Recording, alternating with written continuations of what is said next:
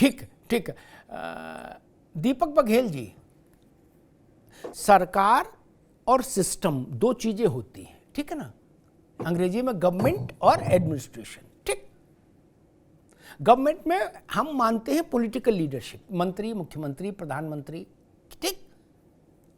और सिस्टम में IAS, IPS, ये लोग सिस्टम है, ठीक है ना, जो चलाते हैं। मेरा प्रश्न बड़ा सीधा सपाट, जिन लोगों ने विधि सम्मत मानदेय समय पर हर महीने की 1 तारीख को उपलब्ध नहीं कराया, हजारों लाखों काम करने वालों को उत्तर प्रदेश में, क्या हम ये भरोसा करें कि 3 दिन के भीतर वो लोग दंडित हो जाएंगे? लंबी बात मत बताइएगा कि नहीं फिर आयोग बनेगा, इनकी जांच के लिए फिर नया आयोग बनेगा, लोग गई भैंस पानी में। क्या मैं पूछ रहा हूं, इसमें तो कोई बात ही नहीं, जिसने काम किया उसको मानदेय मिलना है, ठीक, किसी की कृपा तो है नहीं कि चेहरा देख के पैसा मिलेगा, ऐसा भी नहीं। जिन लोगों ने ये नहीं किया, ट्रेजरी को परमिशन भेजी जाती होगी, सैंक्शन नहीं भेजी हो तो नहीं मिला, ठीक। उनको ढूंढना भी मुश्किल नहीं, ये अभियुक्त फरारी तो काट नहीं रहे अधिकारी, ये तो सब वहीं लोक भवन में ही बैठ रहे हैं और ठंडा गरम पी रहे हैं। इनको ढूंढने भी आपको कहीं नहीं जाना, नहीं, कंप्यूटर में सबका दायित्व तो पता है, कौन क्या देख रहा है, किसकी जिम्मेदारी है। हम माने कि बिजली की गति से 72 घंटे के भीतर इसमें से 2, 4, 5 लोग दंडित कर दिए जाएंगे, जिन्होंने ये पाप किया है कि 10,000 रुपया पाने वाले व्यक्ति के मानदेय को भी रोके रखा। और इससे होता क्या है, मानदेय रोका किसी आईएएस की प्रमाद ने, क्या, और कटघरे में खड़ा कौन हुआ, जिसको चुनाव लड़ना है, क्या, आईएएस का तो नाम ही नहीं जानता गांव में आदमी, किसने रोका है? बघेल जी।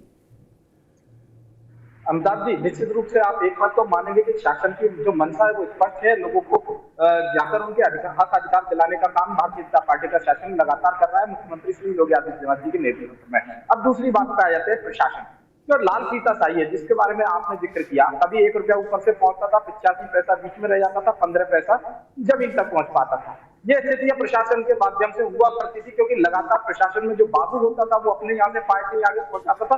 इस कारण से वो धीरे धीरे करके डिले करते करते कहीं 6 महीने, कहीं 3 महीने, कहीं 2 महीने और कहीं साल भर लगा देते थे। आज मुख्यमंत्री श्री योगी आदित्यनाथ जी ने स्पष्ट रूप से कहा कि किसी भी बाबू की टेबल पर कोई भी फाइल 3 दिन से ज्यादा न रोके, जिससे ऐसे लोग हैं जो इसके कारण से वंचित रह जाते हैं, उनको उनके हक अधिकार मिल सके। ऐसे जो अधिकारी हैं जो लगातार डिले करते हैं, ऐसे अधिकारियों पर सीधी कार्रवाई करने का काम मुख्यमंत्री श्री योगी आदित्यनाथ जी लगातार कर रहे हैं। आपने देखा होगा एक दिन पहले भी वहां पर 2700 पुलिसकर्मियों के साथ में मुख्यमंत्री श्री योगी आदित्यनाथ जी ने सीधा उनको फटकार लगाने का काम किया, जो अपने काम को ढिलाई से। दीपक जी ठीक है, ठीक, एक बार रुक जाओ दीपक जी, एक बार रुक जाओ। सारी बात ठीक है, इस बहस में मैंने इसको डिटेल नहीं होने देना चाहता, बहस बहुत मुश्किल से कभी भारत में ऐसा दिन आता है कि ढंग की बहस हो पाए, ठीक है ना, इसलिए डिटेल नहीं होना देना चाह रहा। मैं तो सीधे एक बात पूछ रहा हूं, जिस आदमी की गलती के कारण पैसा नहीं गया तनख्वाह का, मानदेय का, वो जेल जाएगा कि नहीं जाएगा? बस इतनी सी बात बताइए, बाकी कहानी से हमसे क्या लेना देना।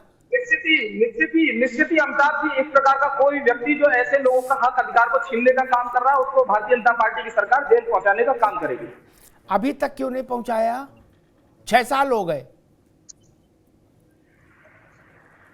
जी अमिताभ जी, अभी तक क्यों नहीं पहुंचाया? कोई मुहूर्त निकलेगा? की कमियों को दुरुस्त। अरे हमसे टेलीफोन करके पूछ लिया करो, कमी ढूंढने में टाइम मत लगाओ, हमसे टेलीफोन कर लिया करो, ढूंढने में टाइम मत खराब करो। 10 साल सिस्टम की कमियां ढूंढने में निकल जाएंगे, तब हमको व्हाट्सएप कर दो। आपको नहीं समझ में आ रहा, हमसे पूछ लो, हम बता देंगे कौन अधिकारी जिम्मेदार है। क्या दिक्कत है यार, इतना टाइम मत खराब करो। बोले हम तो इमामबाड़ा गए थे, भटक गए भूल भुलैया में, ना भूल भुलैया मत जाओ, सीधे पूछो। खैर कपिल जी, बात वहीं आके अटक जाती है। सरकारों को, मैंने राजनीतिक लीडरशिप को हमेशा यही बोलते देखा, अपने 35 साल के अनुभव से कह रहा हूं, हमारी मंशा बिल्कुल साफ है, किसी को बख्शेंगे नहीं। क्या? और मैं हर बार हर सरकार से ये कहता रहा, भाई साहब फिर भी ये हो तो यही रहा है। बोले नहीं अग्निहोत्री जी, मंशा बिल्कुल साफ है, बख्शेंगे नहीं। अब क्या करें, इसके आगे कैसे बात बढ़े? देखिए, बात इस चीज की है जी, कि अगर सरकार में वास्तव में हिम्मत हो काम करने की तो वो काम कर सकती है, लेकिन सरकार जब प्रशासनिक अधिकारियों पर ज्यादा विश्वास करने लगती है तो वहां कहीं ना कहीं प्रशासनिक अधिकारी उस सरकार को धोखे में भी रखते हैं और काम भी नहीं करते, क्योंकि उनका तो काम चल रहा, उनको तो चुनाव में जाना नहीं है। चुनाव में तो राजनीतिक लोग जाते हैं, राजनीतिक पार्टियां जानती है।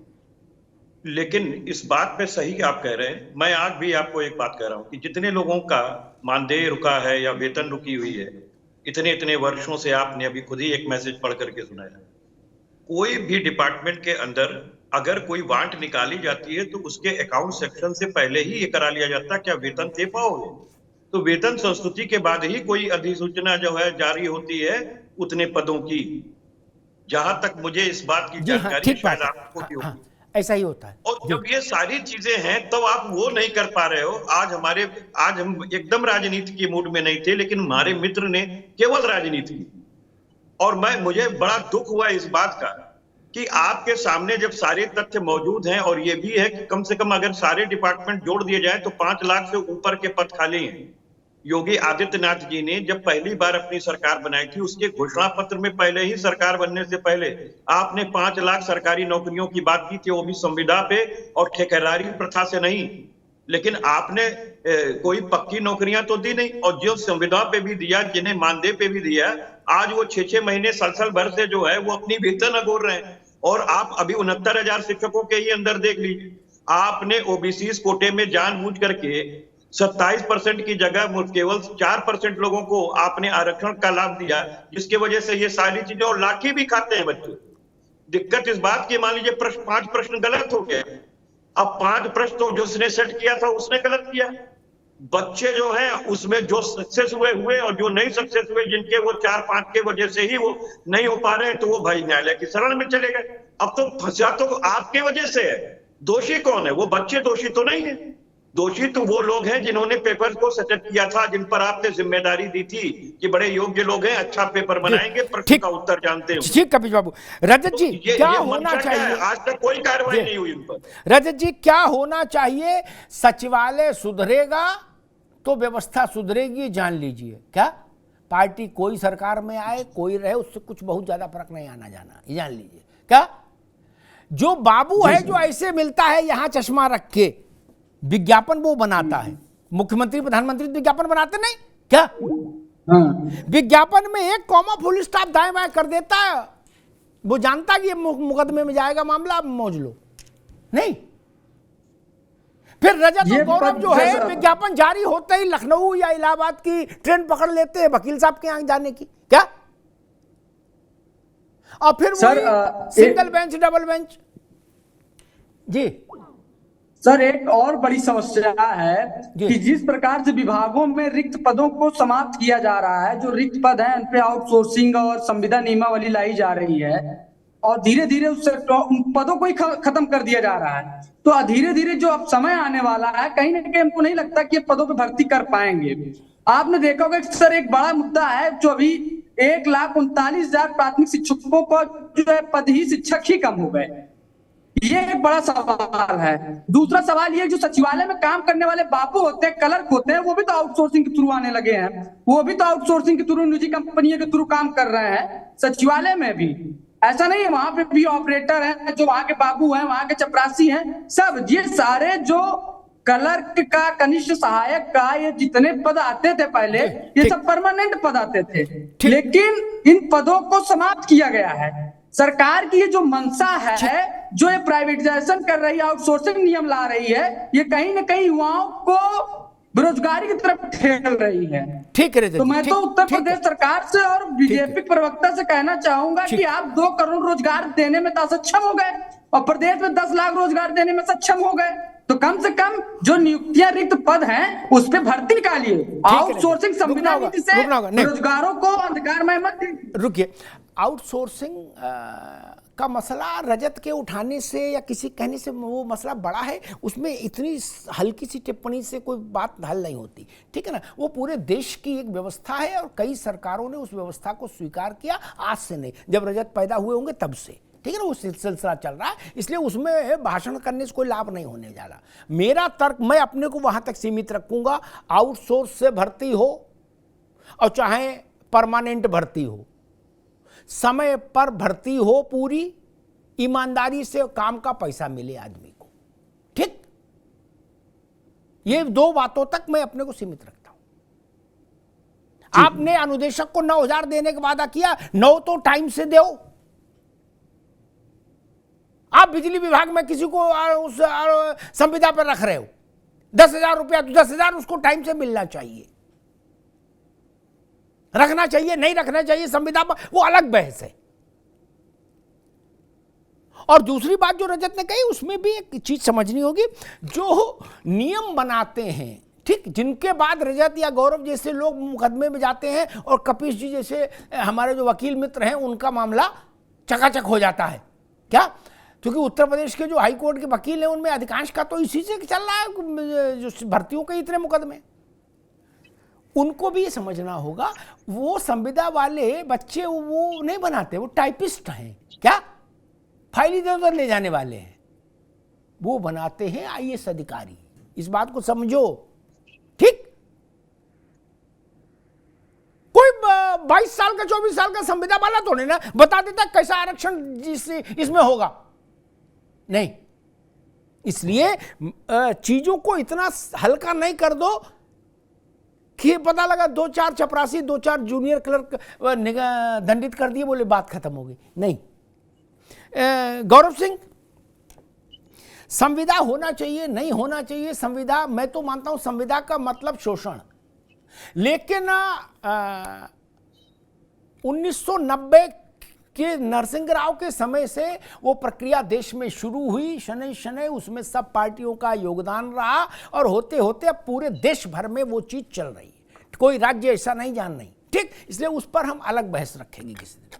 आज मसला ये कि जो काम कर रहा है उसको पैसा कैसे मिले और 180 दिन के भीतर भर्ती पूरी कैसे हो। गौरव सिंह। अमिताभ सर, जी, पहले तो शिक्षा विभाग की जो बात है, शिक्षकों की भर्ती की बात हो रही है। नहीं, शिक्षक नहीं, सबकी भर्ती की बात हो रही भाई, सबकी भर्ती की बात कह रहा हूं मैं लेखपाल की भी कह रहा हूं, मैं नलकूप ऑपरेटर की भी कह रहा हूं, मैं सबकी बात कर रहा हूं। मैं सब पे आ रहा हूं अमिताभ सर, बस मैं एक उदाहरण के तौर पे कहना चाह रहा हूं। देखिए, सरकार की मंशा होनी चाहिए। अगर सरकार प्राइमरी स्कूलों को, सरकारी प्राइमरी स्कूलों को अगर एक बोझ की व्यवस्था समझ के ढोएगी, तो सरकार की नीतियां कहीं न कहीं चाहे शिक्षकों के पद हो चाहे जो हो, उसको खत्म करने की कहीं न कहीं रहेगी। आप अगर उनको बोझ समझ के ढो रहे हो, तो उसके साथ जो बदहाली है, जो आज लाखों पद रिक्त पड़े हैं, सरकारी स्कूलों की जो स्थिति है, क्योंकि ये स्थिति जिससे बदतर होगी, शिक्षकों के पद घटेंगे और सारी चीजें। तो इसमें है कि सरकार चाहती क्या है। दूसरा चीज है जो आपने कहा, संविदा वाली बात में, संविदा बहुत बुरी चीज है और शोषण है, सबसे बड़ी शोषण का जरिया है। मैं मानता हूं सर कि एक आईएएस अधिकारी को सबसे पहले मैं कह रहा हूं आप संविदा लागू करिए, कोई दिक्कत नहीं है। केंद्र में हालांकि ज्वाइंट सेक्रेटरी वगैरह के लेवल पर सरकार ने कुछ इस तरह के नियम शुरू किए हैं। मैं मानता हूं आप संविदा शुरू करनी है, संविदा आपको करनी है, आप आईएएस आईपीएस को संविदा करिए। ये नहीं चलेगा एक आईएएस जो परमानेंट नौकरी ढूंढ करके उसके बाद वो माली और चपरासी को संविदा पे रखेगा, ये सर कोई न्याय नहीं है। अगर आप संविदा करना है तो सबसे ऊपर की जो व्यवस्था है आप उसको पहले कॉन्ट्रैक्ट सिस्टम में लाइए, तब नहीं। एक माली सर, चाहे अभी संविदा पे नौकरी की बात हो गई, अनुदेशक की बात हो गई या मदरसा शिक्षकों की बात हो गई, 9,000 रुपए देने में 5-5 महीने आप वेतन नहीं देते हो शिक्षकों को। और अभी नई संसद दिल्ली में बनी तो यहाँ भी सुनने में आ रहा है कि 5,000 करोड़ से ज्यादा की एक यहाँ पे विधानसभा बनने जा रही है। सवाल यही है सर, फिर वही बात होती है कि सरकार के नजरिए में प्राथमिकता क्या है। प्राथमिकता उस नौजवान का भविष्य बनाना है, ठीक, ये है सर, बस नजरिए की बात है। ठीक गौरव सिंह।